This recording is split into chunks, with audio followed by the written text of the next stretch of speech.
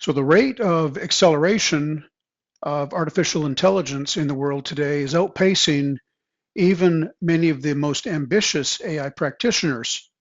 The most recent development is the rise of the digital dark factory. The digital dark factory is, or can be compared with robotic dark factories, first pioneered by IBM and others. So if you haven't heard of this, it's really quite fascinating and even scary in a way. Imagine you are outside a large office complex and one of the largest buildings looks like maybe a small aircraft hangar.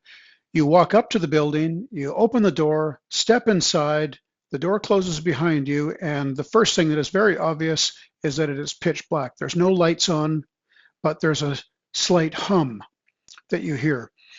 Flick the lights on and you see that the entire building is filled with small robots manufacturing smartphones.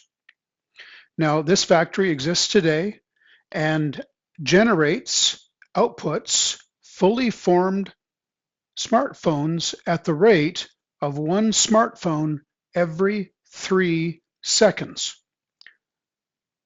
There's no humans in the loop. The factory is dark, thus dark factory or lights out factory. Open the door and step outside, walk down the road a ways, and you'll come across an even larger aircraft hangar looking building. Step inside this one, close the door behind you, and once again you find yourself in a dark room, but instead of a light hum, imagine now you hear a large clatter. Turn the lights on and you realize that's because the robots are much larger. There's no humans in this one either, but they're not making smartphones. In this factory, they're making automobiles. No humans in the loop, lights are off, and this factory outputs 10,000 automobiles every single day. Not a single human in the loop. That's the dark factory.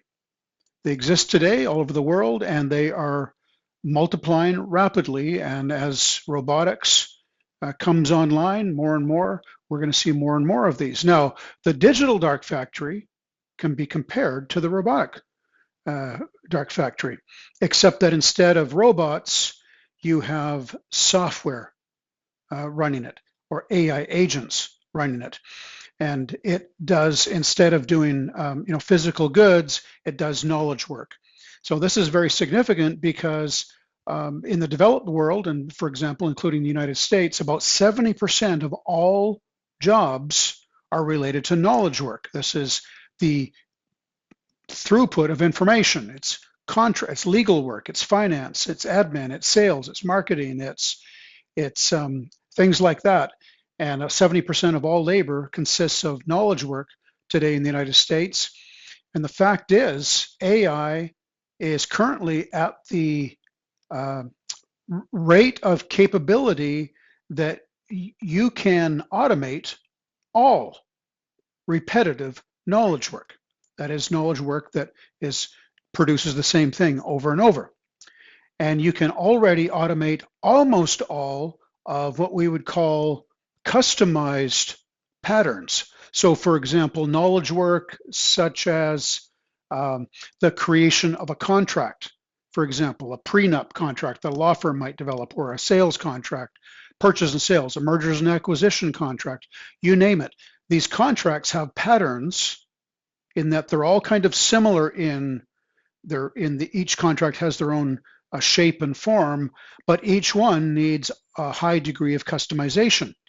AI is currently at the level that it can handle almost all of that.